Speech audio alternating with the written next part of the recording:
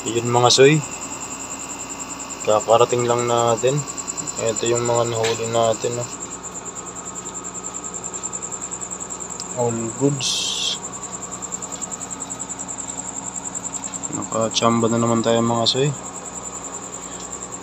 Yan, no? Mga pusit lumot na good size, oh.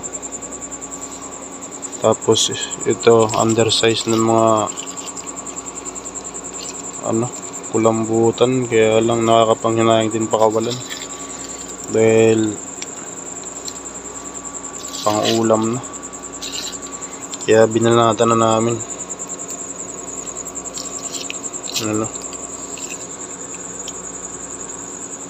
Solve na naman yung pang ulam natin mga soy.